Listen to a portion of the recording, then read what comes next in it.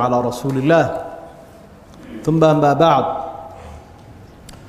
وسورة البقرة آية صدحية طبعا قال الله تعالى إلهي باوحل وإذا قيل لهم برك الله قول هذا قال هذا أما مرافقين مرك الله قول هذا آمنوا الرماية قالوا وحيورنا يان آمنا وان الرمينا وإذا لقوا الذين عفوا وإذا لقوا الذين مركا كوي لكل مان وإذا قيل اللهم مركا لقوا هذا منافقين آمنوا الرماية كما آمن الناس سيدا أصحابته الرمايين وكلا قالوا وحيورنا يا منافقين أن نؤمن ميان الرمينا كما آمن السفهاء سيدا الرمايين ذلك عقلك قابا يوكلا أصحابتي كل شيء يكون عقلك قابا ألا أبو لهيد هو يا إنهم يجوا منافقين هم السفهاء وكو عقل قابا يجوا بأكو عقل قابا ولكن لا يعلمون ما قرنا إياه وإذا لقوا الذين آمنوا ضدك إلهي الرميين مركا لكل مانا قالوا حيورنا يا منافقين آمنا إلهي بان الرميين يورنا يا وإسكاء شهادنا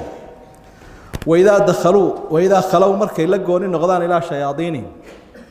منافقين تودواوي مركي اسكو قوني نغضان قالوا وحيورنا يعني إنا معكم أنكو إذن كايان وإذن وهلينينا وأنو إذن لترنا ومنافق لماذا إذن لقبنا إنما نحن مستهزئون وأنو كل ديلين كالذا سيداسي مؤمنين توان كل ديلين منافقين تبو هلكن الهاي كغورهم سبحانه وتعالى يينا يهين دد بين على ياله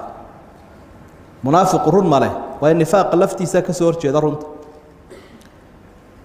marka asxaabtu way waanin jireen sidoo rasuulku ba waaninay sallallahu alayhi wasallam waanadu waxay ahayd ilaahay rumeeya oo iimaan sax rumeeya marka qowlka muhiim ee qaa'ilku muhiim ah qowlkan qiimaha badan baa munaafiqiinta loo geysanayay aayaduna waxay daliil u tahay noo cadaynaysaa mar walba kelmadda xaq inay jirto oo dadka xaq loogu baaqo oo gaal iyo munaafiq midnaba aan looga habranin waayo waa amaana marka asxaabtu iyaga oo munaafiqiinta waaninaya saasay ku oran jireen aaminu kama aamana الناس كإيمان الناس dadku say u rumeeyeen asxaabtu say u rumeeyeen oo kale marka iimaanka isku mid maaha iimaan saxaaba ridwaanullaahi calayhim ilaahay baa taskiyeeyay ama amaanay asxaabta iimaankooda fa in aamanuu bimithli maa aamantum bihi faqad ihtadow hadday u rumeeyaan sidaa idinku u rumaysteen oo kale way hanuuneen waanadaa way diideen oo waxay yidhahdeen sida sufahada annagu rumayn mayno sufahadu waxay ula jeedaan camaar bilaal khabaab suhayb asxaabtii waaweynaa iimaanku qanjaha joogay ee qur-aan iyo xadiidba ay ammaaneen kuwaasay sufaha ku tilmaameen marka gaalku waa akbar safiih waman yargabu can millati ibraahiima ilaa man safiha nafsa diintii nebi ibraahim waxaa nacaya buu ilahay yihi qofka safiiha marka safahada iyo caqli gaabnaantu gaalnimaday ku jirtaa gaalkiina qofka muuminkaa buu safiih ku sheegayaa isla markaa waxaad ka fahamtay beenta waxa uu heliyaa inay yihiin kuwo isla weyn ama waxaan ahayn su haysta waxa kale oo ilaahay uu ku sifeeyay jahli walaakin laa yaclamuun ma garanayaan cilmi ma leh cilmigu waa laba qaybood oo cilmiga aan ilaahay ku barayn in aakhira ku barayn in xaqiiqadaada ku barayn cilmi lama yidhaah waa cilmiga maadiga ee adduunyada gaalada ilaahay uu qoro wuxuu yaclamuuna daahiran min alxayaati dunya muuqaalka adduunyada waxbay ka yaqaanaan inaga arkayno cir iyo dhulba waxbay u dhaqaajiyeen wahum can ilaakhirati hum gaafiluun laakiin cilmigii aakhira lagu baranayay ee ilaahay ku barayay ma yaqaanaana waa waxyigan walaakin laa yaclamuun markay la kulmaan haddaba وإذا لقوا الذين آمنوا قالوا آمنا waidaa khalow ilaa shayaaiinihim qaaluu innaa macakum qaybtaa dambena waxay tilmaamaysaa inay yihiin kuwo laba shakhsiyadood leh qofka muuminkii hal shakhsiyad buu leeyahy meel loogu soo hagaagaa buu leeyahy fi saraa'i wadaraa wakhtiga dhibkiiyo dheeftaba farxadda iyo naxdintaba meel baa loogu soo hagaagaa laakiin munaafiqu meel loogu soo hagaaga ma leh maalin walba awrkiisuu ku kacsanaya ama wixii maslaxadiisa ah ayuu isleeyahy dhinacan u dhaqaaji kii ashahatay wuu la ashahatay kii gaalooba wuu la gaaloobay waa waxa siyaasadda casriga loo yaqaano mabda joogtaa ma laha bay yidhaha siyaasaddu ee maslaxad joogtaa bay leedahay waa nifaaq qofku haddaanu mabda joogtaa lahayn dee muslim ma aha waxa aayadda ilaahay uu ku caddeeyey kolkay mu'miniinta la joogaan waa mu'min baanu nahay waa shahaadanay gaalada kolkay la joogtaan gaalaanu nahay bay leeyihiin markay la joogaan taasina waa jariimad waa dembi kale ay galeen macnaha qofka waxaa la doonaya inuu ka mid noqdo min asxaabi almabaadi laa min asxaabi almasaalix qofka muuminkii waa saaxibu lmabda mabda buu leeyahy oo kaasuu ku dhimanayaa ku noolyahay walaa tamuutunna ilaa wa antum muslimuun kaas islaamnimadaasuu ku nool yahay waana ku dhimanaya kan kalena waxa weeyaan maxaan wax ku helaa xaggee wax laga cunaya xaggee kursi laga helaya xaggee magac laga helaya saasuu socdaa aayaddu waxay caddaysay dadka qaarkood oo insiga ka mid ah isagoo ifka jooga in shaydaan lagu sheegi karo waidaa khalow ilaa shayaaiinihim shaydaan waxaa la yidhaahdaa almarada qofka maaridka ee madaxa adag jin iyo insiba ayaa la yidhaahdaa shaydaan marka insiga qayb ka midabaa dadka mufsidiinta ee dhulbiiska ee gaalada waa shayaaiin bale waa shayطana fulaan wuu sharbatay wuu madax adkaaday xaqii buu diiday shayaaiin alinsi waljini yuuxii bacduhum ilaa bacdi zukhrufa alqowli guruura suurat lancaam jin iyo insi baa shayaadiintoodii isu waaxyoonaysa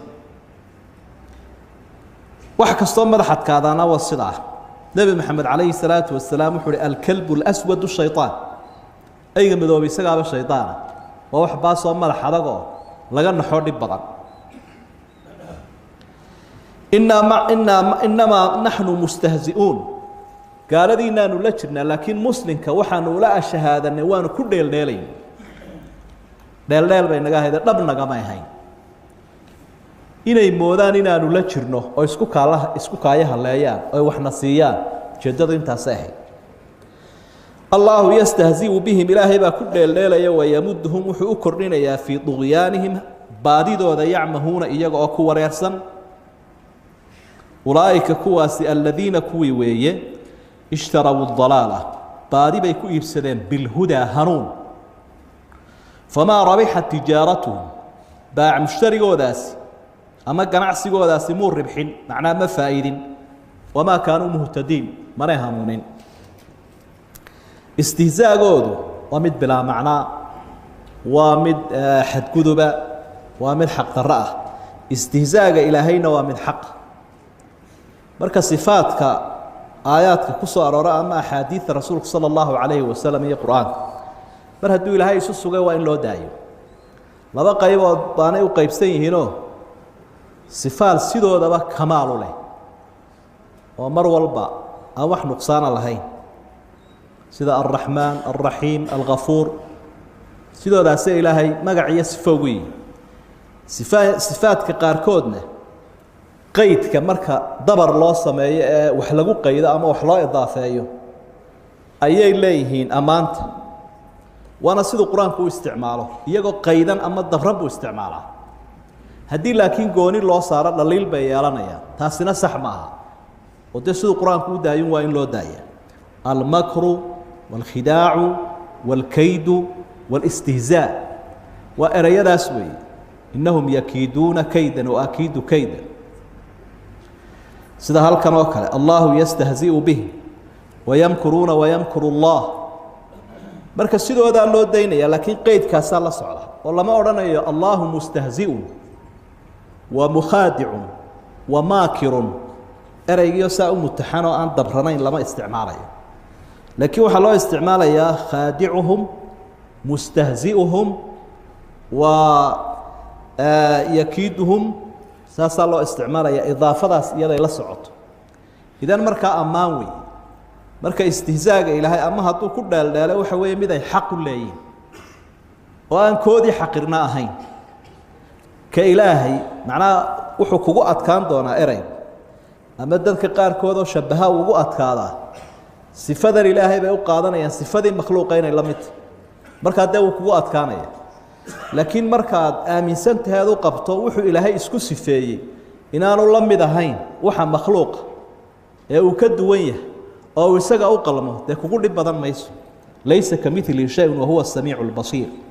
sida samci iyo basar uu isugu sugay uu inagaga duwan yahay sidaasunba istihzahooda iyo istihzaha ilaahayna u kala duwan yihin marka waxbad jiijiidin bayna duwina mayna allahu yastahzi'u bihim ilaahay baa ku dheeldheelaya mid iyaga u qalma tusaala ibn cabaas baa bixinaya radia allahu canhu allahu yaskharu bihim buu leeyahy ilaahay baa ku dheeldheelaya wa xabru lumma caalimkii ummadda mufasiru lqur'aan saasuu ku fasiraya marka uu sii fasiraa wuxuu yihi aakhiro maalan marka nimankaasi ay yimaadaan munaafiqiintu ee muuminiintu ay jannada galaan albaabadii jannada loo furaya way sii guclaynayaanoo way ordayaana markay albaabka marayaan qam ayaa laga xidhaya waa istihzaagii weeye way lu go-een halkaasi adhaxda kaga jabeen suurat lxadiid haddaad akhrido waxa ay tilmaamaysa suuradda aayaad ku sugan ay xusayaan dadkii muuminiinta ayoo socda oo iftiinkii iyo nuurkoodii wata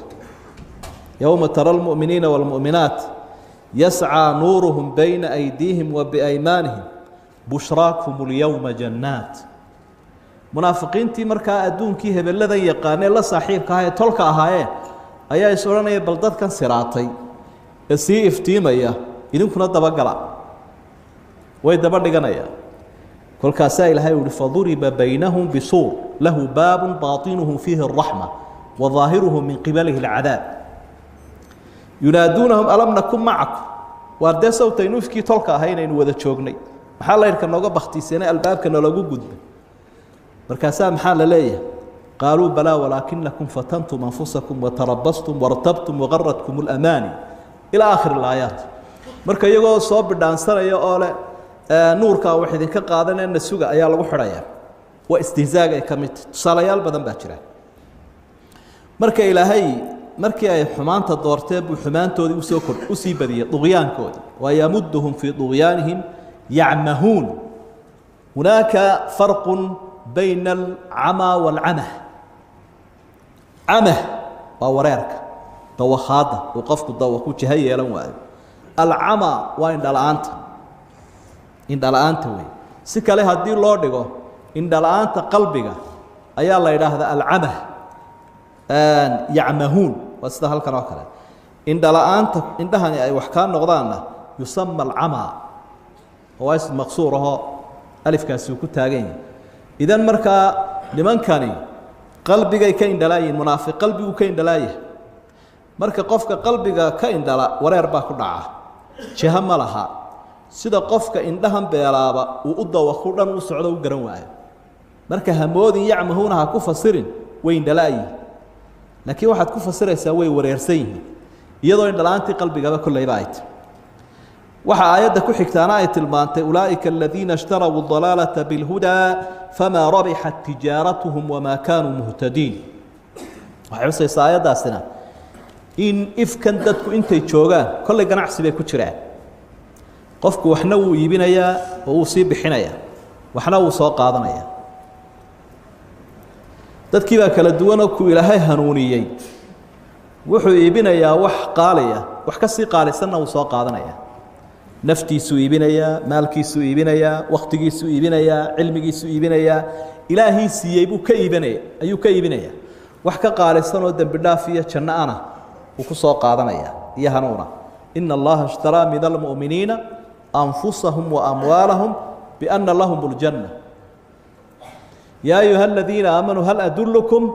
calىa tijaaratin tunjiikum min cadaabin aliim aayaadka si akhri suuratu saf kan kale laakiin iimaan laawaha ah iibkiisu waa maxay hanuunkiibuu ka baxay oo hallow buu soo qaatay oo iimaankiibuu ka tegey oo gaalnimuu qaatay oo akhlaaq xumuu qaatay waa kaa ilaahay tilmaamay ulaa'ika aladiina ishtarau dalaalata bilhudaa ba'du waa tarkiya ishtarau bimacnaa istabdaluu الضلالة بالهدى بترك الهدى هنمكن هالكاسay ku tuureen baadina way yibinay waxa adduunyada maanta la gucleynaya ee dawladda la gucleynaya ee hay'adaha la gucleynaya ee uu gaal wado waa intaas alaabtan xuniga iibso alaabta qaaliga tuura ilaahay ka taga oo rasuul ka taga oo diintiisa tuura oo dhaqan xumada iyo qaawanaanta iyo akhlaaq xumada qaata waxa macaan baa lagu saliday diidaya waxa xunna way bedel qaadanayaan maxaa natiijadii noqotay fama rabihat tijaratuhum wama kanu muhtadin wa khasaare iyo hallow marka dib u eegto 10 tilmaamood bay aayadaha aynu soo dhaafay munaafiqiinta u sheegeen oo ilaahay uu ku sifeeyey 10 kaasoo la inoogu sheegay inaynu ka firdhanayno ka fogaano wa al-kadhib banti al-khidaac khiyamo al-ifsad dhul biisnimo al-ujub isqancin iyo isla weynaan ad-dalaal wa hallow iyo baadi cadamu qabuul al-maw'ida iyagoo waanada aqbalin التذبذب iyagoo gaal iyo islaam u dhaxeeyo kol badhan u cararaya الاستهزاء iyagoo ku dheeldheelaya xaqa iyo ehelkiisa السفه عقل قابنان 10 kaasa ilaahay ku tilmaamay natiijada dhaxleena waa maxay الخسارة والضلال والحيرة والخوف خسارة ay ku khasaareen wixii ay ganacsiga galeen iyo baadi iyo wareer iyo cabsi halka waynu aragnay khasaaraha hadii aayadan u dambaysaa sheegtay halowgana aayadan u dambaysay aayada horeba way sheegtay fi dughyanihim ya'mahun wama kanu muhtadin wa halaw xayrad iyo wareerkan iyo xayraanimadana waxa sheegaya مثلهم كمثل الذي استوقد نارا خوفك يا عبسدنا waxa sheegaya tusaalaha ku sii xiga aw ka sayyibin min as-samaa marka afarta natiijo ama afarta jawaabood bay heleen markay 10 talaabo xun qaadeen marka dadow iska ilaaliya cudurrada noocaas arax jabka iyo aakhira seega iyo alla seega lagala kulmaa iska ilaaliya waa digniin quraanku bixinaya marka halka waxa kaaga muuday inay mudan tahay cudurka in la iska ilaaliyo la yiraahdo nifaaq in waajib ah tusaalo hadaba ilaahay bixiyo wuxuu mathaluhum munaafiqiinta tilmaantoodu ka mathali alladhi qofkii oo kale weey ama jamici oo kale ama kooxdii oo kale alladhi kooxdaas oo istawqada naara dab shiday falama adaat ma hawlahu markii uu dabkii iftiimiyay ma hawlahu جمعا وحي هريره سأها ذهب الله بنورهم إلها افتين كيبو كقاضي افتين كودي بو كقاضي نور كودي وتركهم وحكقتك في ظلمات مدويال قدع ريال لا يبصرون يقوم حباركين صم وانمن أفلاء صم وانمن دقلاء بكم وأفلائهين عمي وإندلائهين فهم لا يرجعون ما soo noqonayaan iyagu marka waxa weeyaan qof aan dhigana xaq u lahayn kuna dhawaaqi karayn arkina karayn natiijadiisu waxay noqotay inaanu soo noqonayno rajo lahayn marka laba tusaale ayaa ilaahay halkan ku bixinaya munaafiqiintu ay leeyihiin labadaba aad ku shabihi karto ama kolba mid aad ku shabihi karto ama iyaga kooxahooda aad oran karto kooxdaasina tusaalahaasay leeyihiin kooxdaasina tusaalahaasay leeyihiin مثل كان صهر يا وحوي منافق وحول لم يدي هاي بقى إلهاوي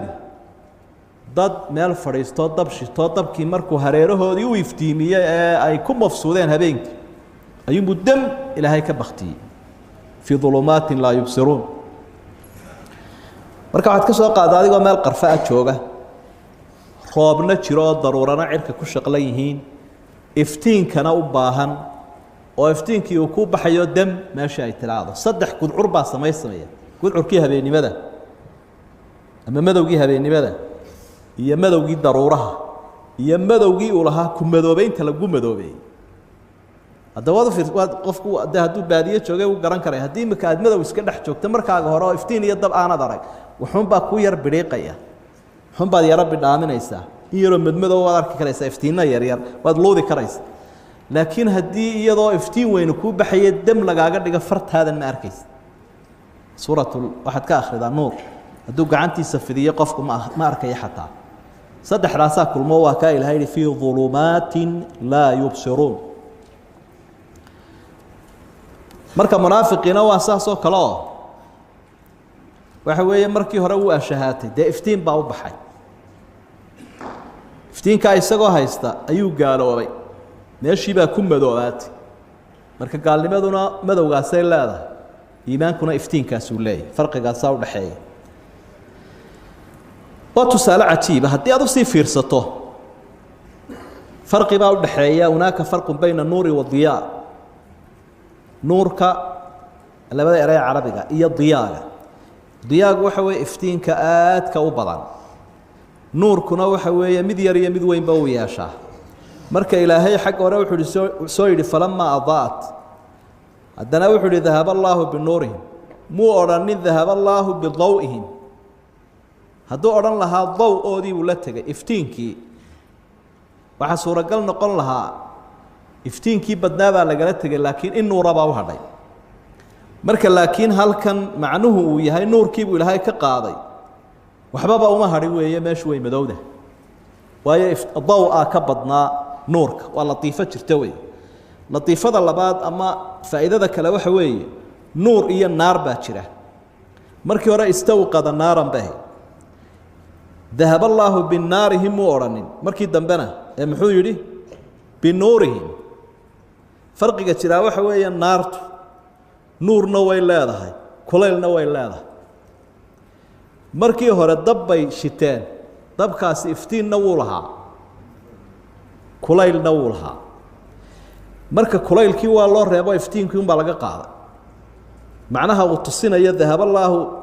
binaarihim aanu odhanina binuurihim yidhi naartu faa'iidaday lahayd oo nuurkaaba laga qaaday laakiin kulaylkay lahayd waa loo reebay arrinta mulaaxadada kale waxa weeye ama arrinta kale aynu fiirinaynaa nuur iyo dulumaad qur-aanku markuu xaq iyo iimaanka ka warramaya wuxuu idhaahdaa maxay nuur gaalnimada markuu ka warramayana dulumaad sidaasay to xaqu waa mid keliya faraaramo leh mana filqana dadka xaq doonayaana way midaysan yihin waxa la idhaahdo baadiduna waa ku nooc ayay ka dhigantay gaalnimadu waa imise nooc arrintaa kalena way ku jirtaa sababta nuurkana mid qura looga dhigay dulumaadkana wax fara badan looga dhigay wahada ma aquluhu waastaqfir allah wallahu subxaanahu wa tacaala aclam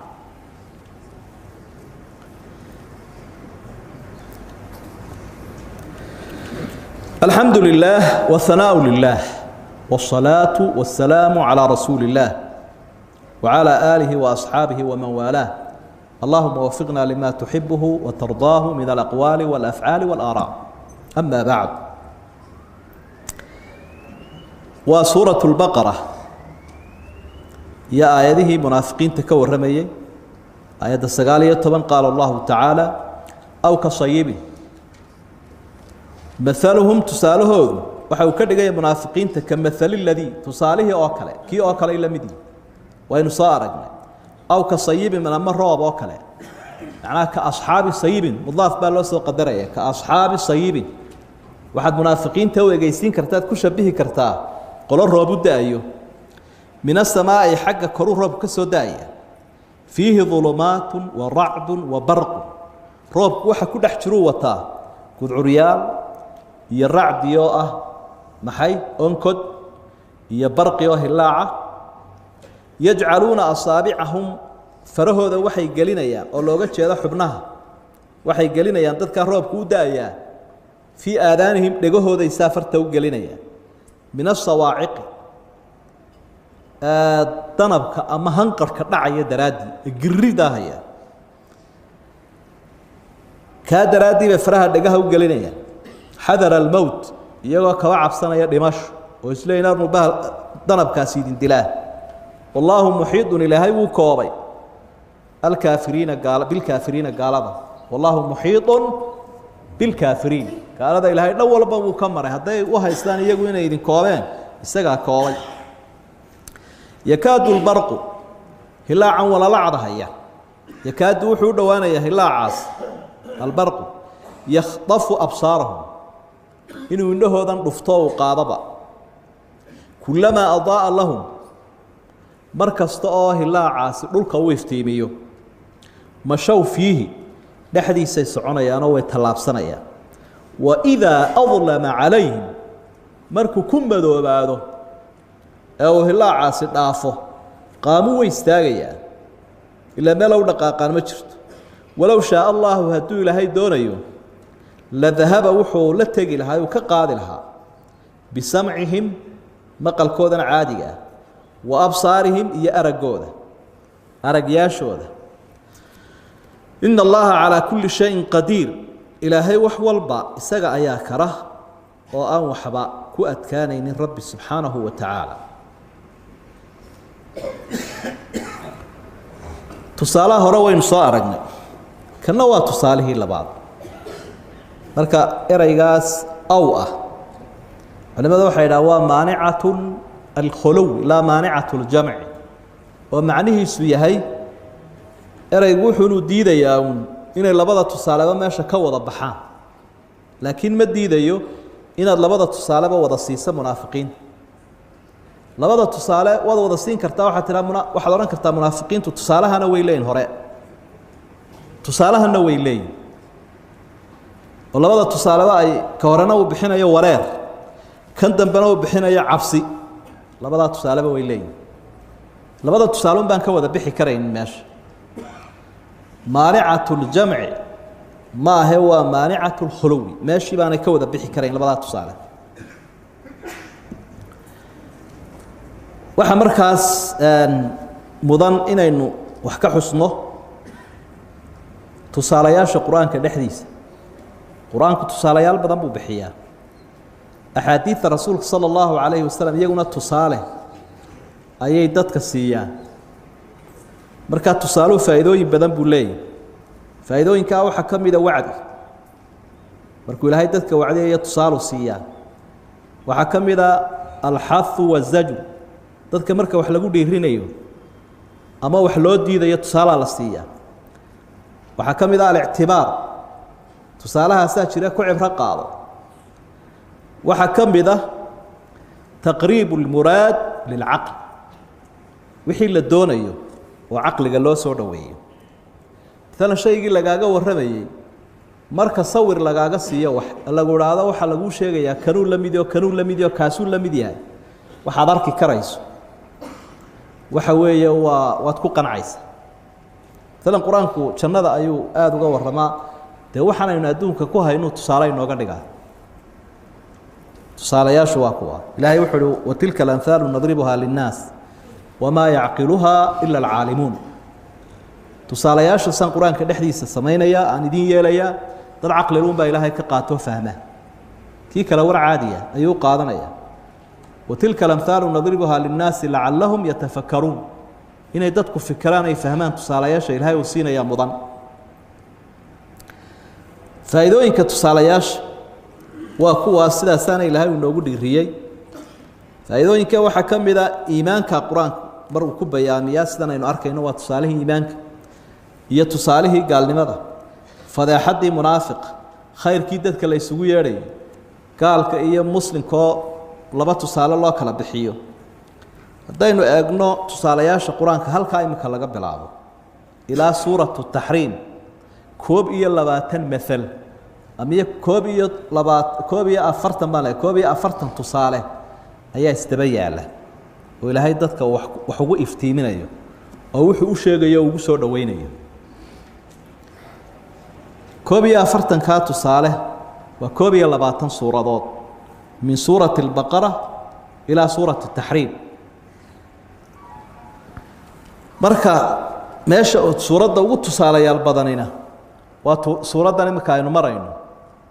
ee suuratu lbaqara 9 tusaalaa ku jira waxaan jeclay wakhti kooban si aad sawir fiican uga hesho inaan yar dul marno tusaalayaashaas halkan ilaahay laba tusaalo bixiyay mathaluhum kamathali alladhi istawqada naara aw kasayibin min as-samaa an yadriba mathalan ma ba'udatan fama fawqaha ومثل الذين كفروا كمثل الذي ينعق مثل الذين ينفقون أموالهم في سبيل الله مثله كمثل صفوان ومثل الذين ينفقون أموالهم ابتغاء مرضات الله أيود أحدكم أن تكون له جنة كما يقوم الذي يتخبطه الشيطان من المس وكنتم على شفا حفرة من النار. آيات آل عمران يكبل آمنس. مثل ما ينفقون في هذه الحياة الدنيا، وآل عمران سورة الأنعام بعد قاعدة، كمثل الذي استهوته الشياطين في الأرض حيران، سورة الأعراف. مثله كمثل الكلب، سورة يونس. إنما مثل الحياة الدنيا كماء، سورة هود. مثل الفريقين كالأعمى والأصم والبصير والسميع، سورة الرعد. إلا كباسط كفيه إلى الماء أنزل من السماء ماء فسالت أودية بقدرها، سورة إبراهيم. مثل الذين كفروا بربهم أعمالهم كرنات. ساسادو سيودا سادو مركا كلنا وحب بلاد ميسا وضرب الله مثلا قرية وضرب لهم مثلا رجلين واضرب لهم مثل الحياة الدنيا واضرب لهم مثلا رجلين واضرب لهم مثل الحياة الدنيا فكأنما خر من السماء ضرب مثل فاستمعوا له مثل نوره كمشكاة. ساسو بعض وضيس marka intaasoo dhan wuxuu aynu uga jeednaa marka aad aayaad ka marayso in aad fahamto xigmadda looga jeedo iyo waxyaabii laga qaadan jiray amthaash oo dadka adiga jeer markuu quraanku u waramayo de shay waxa uu sheegay aqligooda ay ku fahmayaan, laakiin markuu tusaalahan siiyana ishii bay ku sii fahmayaan. taas inta marka aynu kaga gudubno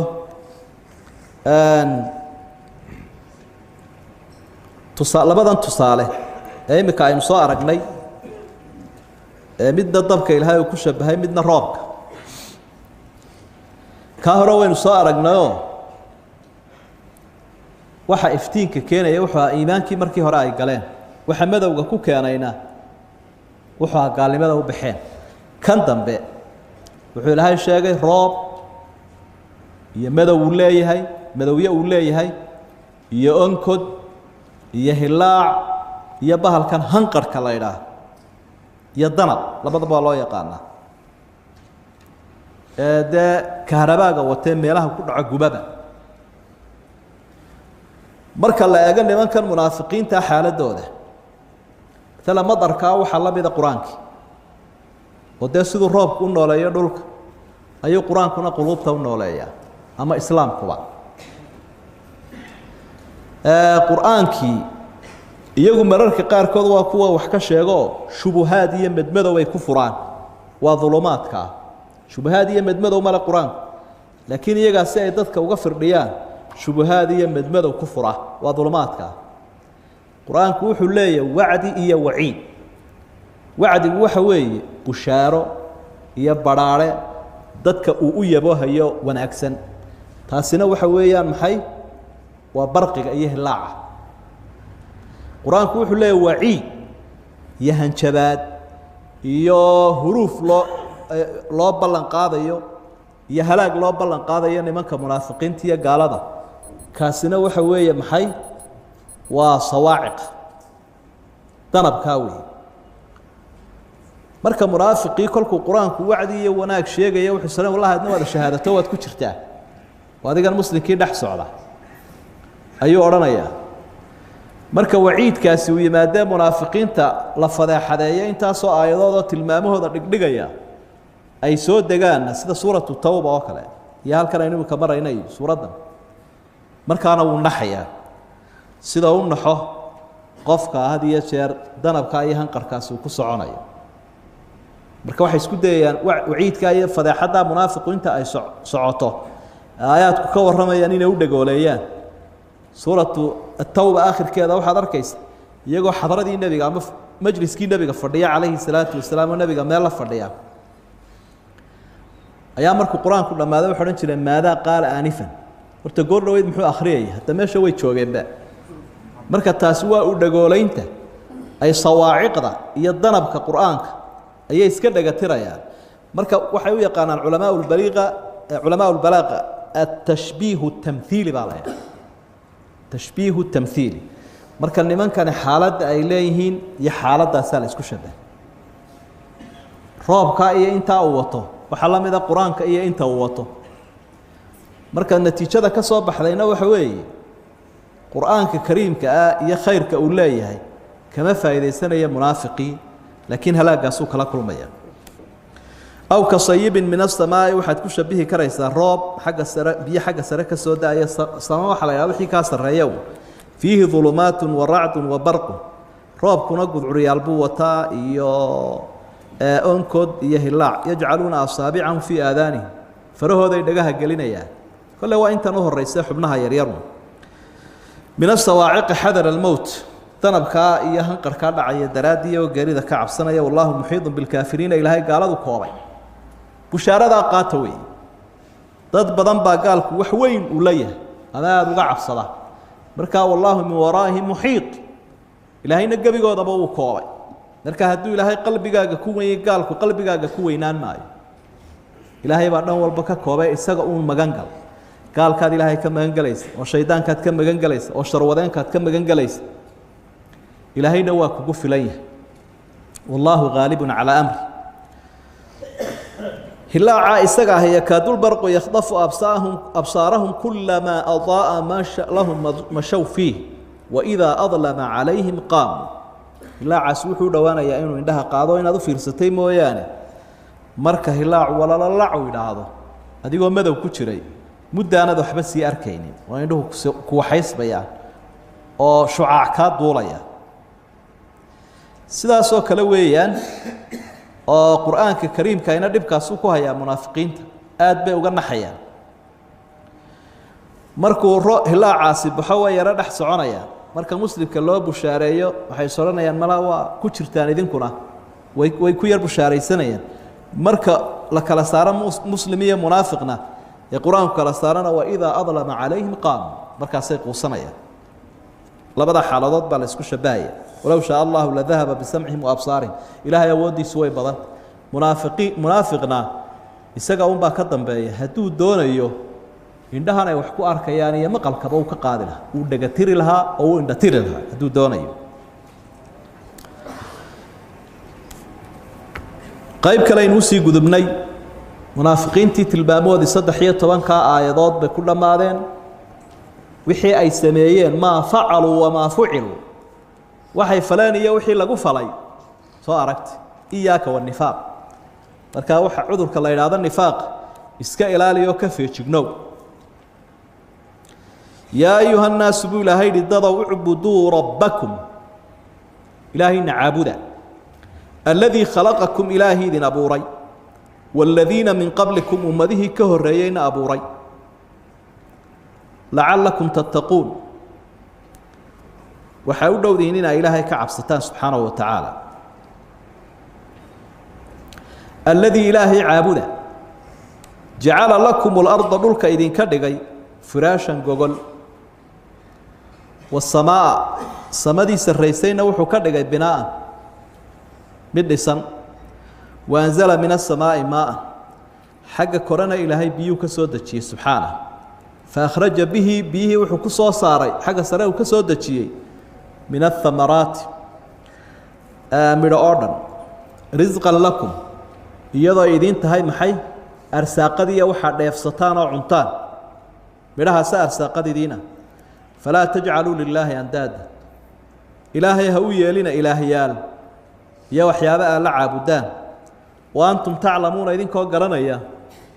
إنان إلهي عدنا وهلنين عدنا وحلا يالان كريم باغبا كدعي yeedmadaasi ilaahay wuxuu u yeedhayaa waa khalqi qodan qaal iyo islaam iyo wuxuu abuuray ya ayuha an-nas jinkiina waa soo galaya yeedmada inka soo dadun lagu tilmaamo amarku ilaahay siiyo waxa weeye ilaahay nacaabuda marka insaankii waxa loo abuuray cibaadada wama khalaqtul jinna wal insa illa liya'budun jiniyeen sumaan abuurin buu ilaahay wax kale inay caabudaan mooyaan marka dadka hadiya jeer ilaahay caabudaa waxay garteen sirtii nolosha dadkaan ilaahay caabudin ma bay garanba waxay u noolyiin rabbakum rabbinimada ilaahay uu noo idaafeeyay idaafadaas waxay tilmaamaysaa inuu xaq u yeeshay cibaado waa kii ku abuuray iskamaad abuurmin hooyada ay aabahana kuma abuurin ilaahay baa ku abuuray subxaanahu wa tacaala am khuliquu min gayri shayin am hum alkhaaliquun am khalaquu asamaawaati waalard bal laa yuuqinuun wasaddex mid un bay noqon lahay inaad is abuurtay iyo in cid kale ku abuurtay iyo inaad ilaahay ku abuuray iyo inaad iska abuurantay waa afartaa midun saddex ma jiraan cid kale hor ilaahay ahaynoo ku sheegan karta ama odhan karta anigaa dadka abuura ma jirto namruud baa isqaadqaado yidhi qoraxdaasaan ka taliya in yarbu kusoo fashilmay marka cidda maanta tidhaahda warshadaydaa dad soo saartaa dee horeyba ka fashilmaysa qof odhan karaya anaa wax abuurayna ma jiro ka yidhi waan iska abuurmaynaa alcadamu laa yuujid waxba la-aani waxba ma keento saddexdaa kale markay hadheen waxaa soo hadhay inuu ilaahay abuuray subxaana wa tacaala jubayr ibnu mudcim aayaadka aynu akhriyayna suuratu duur ku sugane arrimaha isbarbar dhigaya qofka caqligiisa qancinaya oo aayadahay qanciyey buu leey soo jiitay sabab ahaa inaan islaamo rabbakum haddii cibaado un cidaada caabudaysa rabbigiina caabuda alladii khalaqakum waladiina min qablikum lacalakum tattaquun idinkiiyo dadkii idinka horreeyeyba ilaahay baa abuuray marka rubuubiyada ilaahay waa inay raacdaa uluuhiyada ilaahay oo aan la kala reebin oo aan la odhan rabbi oo adaana abuuray laakiin cid kale aanu caabudayna ma qabata ilaahay subxaana wa tacaala labadaasu israaciya aayadda u fiirso mar haddaad ogosho inuu ku abuuray cid kale ha caabudin cibaadadu amarada iyo midhaha ilaada waxaa ka mid a lacalakum tattaquun inaad cabsataan cibaado taqwo laga waayo dee cibaado ma aha haddaanay cibaadadaadu wax taqwo lahayn cibaado noqon mayso waxaa jira muqaabalo cajiiba ayaa halkan ka muuqanaysa oo ah firaasha alarda aلsamaa firaashan binaaan waa fasaxadda iyo balaaqadu leeyahy qur-aanku waa eraye iska hor jeeda oo si cajiiba isu qaabilsan awoodaha ilaahay kugu abaabulaya inaad keligii rumayso waxaa ka mida cirkiibuu ka soo dejiyey xaggiisala biyo wuxuu ku soo saaray maxay midho aynu cunayno adigu ismaad abuurin tan labaadna waxay kuu sheegaysaa arsaaqadaadana maad abuurin oo ma haysi maxaad meel kale ugu kici markaa ilaahay intuu ku abuuray ku maamulaya haddana waxaad afka ku guraysana isagu ku siiyey falyandur ilinsaanu ilaa طacaami annaa sababna almaaa saban ilaa aakhir alaayaat bal qofka bani aadamkii wuxuu ku nooliyun ha eego iyo cidda samaysay iyo noocyadu leeyahy falaa tajcaluu lilaahi andaadan waantum taclamuuna waxay kuu tilmaamaysaa ilaahay sanamyaal iyo waxaa la caabudaan ha u yeelina idinkoo garanayo arkayo ogsoon inuu keligii yahay dee ma qabata ilaahay inaad la caabuddo midaan waxba abuurin oo aan ku arsaaqayn ilaahaan labadaa abuurna haynin arsaaqadna hayn arrinkiisu waa maxay ilaahnimadiisu waa midaan jirin saasuu qur'aanka kariimkaa ilaahay dadka ugu qancinaya subxaanahu wa tacaala وهذا ما أقوله وأستغفر الله والله سبحانه وتعالى أعلم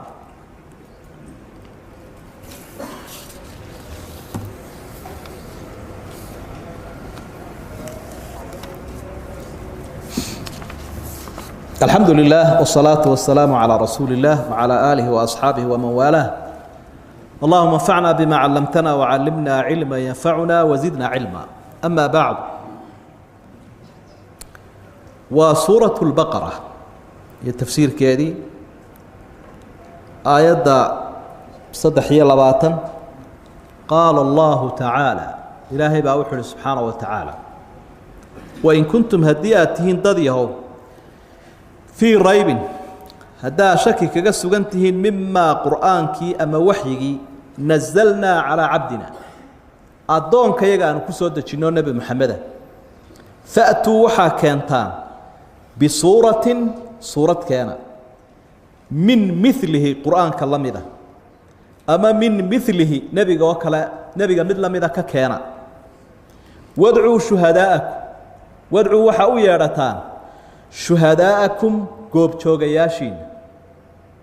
شهداء مرخاتنا وين نغضان هل كان لكن كوا أعوانتها إذن ساعدية إذن كساعد لها قرآن سمينت هذه قرآن سمينت عد إذن كساعده ليسان أويادا من دون الله كوا صان إلهي انت كسو كيسا sheeganaysaan in kuntum saadiqiina haddii aruntiin kuwa run sheegaya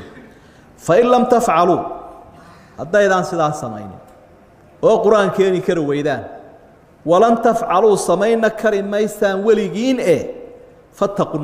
naarun ka cabsada oo iska ilaaliya allatii naartaasoo waquuduhaa waxa lagu hurinayo ee lagu shidaya annaasu dad uu yahay walxijaaratu iyo dhagaxaan oo ciddad waxa loo diyaariyo loo meel dhigay lilkaafiriina gaalada sidaasay tahayoo ilaahay xaqiisa iyo cibaadadiisa waxaa ka mida waxyigan oo laga guddoonto hadiyadii iyo hibadii weynayd buu keeno qur-aanka deeqdii weynayd wey waa kalaamkiisii wey marka kalaamkiisaasuu ilaahay ina faray si uu inoo hago oo inoo saxo waynu u baahanoo kama maarmi karnee inaynu ku dhaqannaynu ilaahay ka qaadanno subxaana wa tacaala cidda ka shakisa buu markaa ilaahay dood u soo dhigay oo ula dooday ama qancinaya ama taxaddi car weeye taxadigu car waxaa keen markaa ilaahay iyagii buu la hadlay gaaladii iyo mulxidiintii iyo mushrikiintii isku wada dar mid ilaahay ma jira buuhi midina qur-aanku ma jira buuhi midina ma keenin midina ma karo haddaa ka shakisan tihiin qur-aankan aanu ku soo dejinnay addoonkayaga oo leedihiin isagaa samaystay bal idinkuba keena haddii lagu idhaahdo waxaa iyo waxaa bal carkeen taxaddi baa loo yaqaana af carabiga waa dhaabad waxaasaan ku hordhigay car dhaqaaji oo dhan isaga riixi marka icjaaz iyo taxaddi waa mucjis qur-aanku waa mid ku daalinayo macnaha aanad keeni karayn waa mid sidoo kale taxaddi kugu ahoo ku hor taagan inaad isagoo kale keento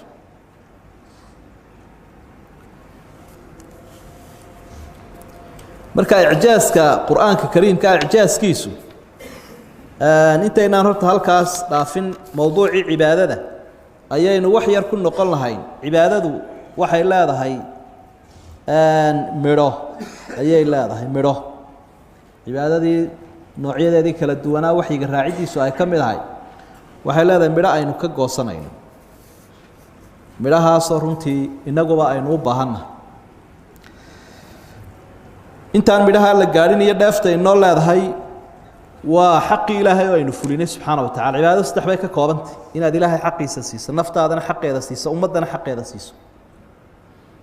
qof kastoo bani aadamkan jooga xuquuq baa laga doonaya iska soco oo iska cun oo iska dhaqaaji maaha laakiin qofku wuxuu u abuuran yahay liyuxiqa alxuquuq xuquuqda laga sugaya inuu xaqiijiyo si isaguna xaqiisa u helo xuquuqdana waxa u horeeya ka ilaahay oo xaq walba ka horeeya naftaadiiba xaq la siiyey oo iyaba waa ammaano cid walibana xaq bay leedahay xataa alxayawaan baa xaq kugu leh marka xaqii ilaahay ood fulinayso way cibaadadu sideedaanay u tahay gaaya ujeeddo la raadinayo oo marka aad cibaadaysanayso ha u cibaadaysanin inaad adigu wax ku hesho abubakar buu ilaahay ammaanay wamaa liaxadin cindahu min nicmatin tujza ila ibtigaaa wajhi rabbihi laclaa ilaahay wejigiisa iyo raali noqoshiisu doonaya cibaadadu waa tanbiihun daa'imu lilinsaan oo midhaha aynu ka qaadanayno cibaadada macnaha aynu waxyaaba aynu cibaadada ka faa'iidaysanayno waa baraarujin oo qofka bani aadamkii haddii aanu cibaadaysanaynin waa haafil cibaado walood u dhaqaaqdaaba way ku baraarujinaysa kulli baad madaxa la gelaysaa waad daboolmaysaa meelaad maraysa isgaran maysa haddaad cibaadada ka tagto waa tadkiir lilinsaan waaqim الصalaaةa lidikri walikulli ummati jacalnaa mansakan liyadkuru sma allah aqim الصalaaةa lidikri wuu baraarugayaa qofku waa qof fatinahoo maskax furan oo soo jeeda oo xayaatadiisu saciidta cibaadada midhaheeda waxaa ka mida waynu ku xorownaa waa taxriiru lilinsaan oo waxuu ka xoroobayaa wixii uu ciddii kale u caabudi lahaaba hadduu ilaahay caabudi waayo waa hubaal inuu cid kale caabudayo wuxuu ka xoroobayaa fulaynimada iyo bakhaylnimada iyo didmada uu qofkii didsan yahay iyo dulliga iyo akhlaaq xumada ina salaata kaanat cala almu'miniina kitaaban cafwan ina salaata tanhaa can alfaxshaa'i waalmunkar salaadu foolxumada iyo dembigay kuu diidaysa cibaadadu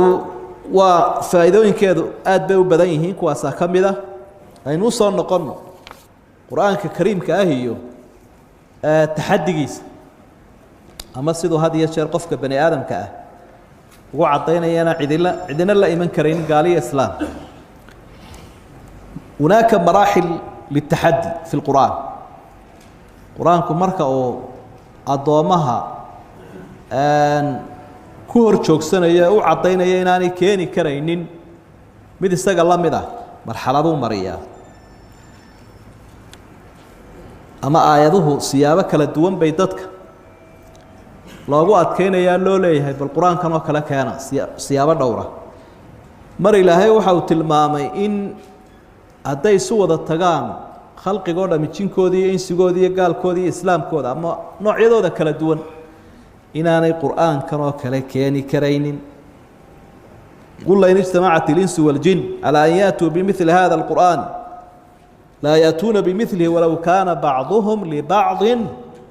dhahira jin iyo insi hadday isu tagaan oo iswada caawiyaan midka aftahana iyo mid falsafada yaqaana iyo mid walba isu yimaadaan oo xataa jinka qarsoonna kaashadaan lama iman karaan buu ilaahay quraanka marka waa isagoo isku dhamaystir mar kale wuxuu ilaahay tilmaamay haddii 114 ka suuradood ay kari waayeen bal inay 10 isku dayaan soo aayadaasina ma jirto qul fa'tu bi'ashri suwarin mithlihi muftarayat bal 10 suuradood oo idinku soo nabnabteen oo isku soo hagaajiseen oo quraankan oo kala akeena وايه تاسنا way suuroobi weyd tan imika imanaysa halkana maxaynu haynaa fa'tu bi suratin min mithli suurad kaliya kaana suuradeeba quraanka u yar inna a'dayn bal inna a'dayn oo kale isku day kuwii hadiya jeer nabinimada sheegan jiray usaylimatul kadhab iyo qaar badan oo nabin ma sheegtay qaar baa isku dayay oo yiri bal waxaanu sameeynaynaa quraan de qisadooda wada akhriin doonta iyo kii la joogay ka warinaya saaxiibkii habaaydo wariyaa wartan inaga socon mayso warnacnacdaadaas waa nacnacdaada iyo dhaqaqlayntaas inaga socon mayso wallahi inaanu ka aad samaystay kii maxamed la mid ahayn inaga daa inaan ku fashilmin المهم وأرن عجيبة إلى يومنا هذا عتاسوها شيء مجرد وأرن وين وعطينا إياه وحيقنوا إلهي حق سكيم سبحانه وتعالى هذه مراحل كالتحدي وكاية وهناك أنواع للإعجاز معجز لماذا القرآن ينو يمد عجيبة وحلم إذا أنو تشري نوعية لا هذا فربضنا ده فن النباتر أو لا يدا هذا فن الإعجاز وكتب لقاء اللي فالرئيسية دنبيصبا نوعية الإعجاز كوحة كم إذا معجز لماذا القرآن الإعجاز البياني والإعجاز العلمي والإعجاز التشريعي والإعجاز الغيبي إن عمرك كأكتب بيانك هي بلاغة القرآن يصير وحوع عضينا dadka had iyo jeer luqada carabiga yaqaan way salimeen way isdhiibeen waxay yiraahdeen cid keeni karta ma jirto hadaynu caawona islaamo muhaadaraad islaana ka galana ijaazul bayaan wadlayaal waa lagama dhamaan karo waxaan arkay sheekh baa wuxuu fasiray waa in yaro kooban nabi nuux baa ilaahay ka warramay wuxuu yiri falabitha fihim 1000 sanatin illa 50 aam نبي نوح قلدي سي وحو دخ جوغي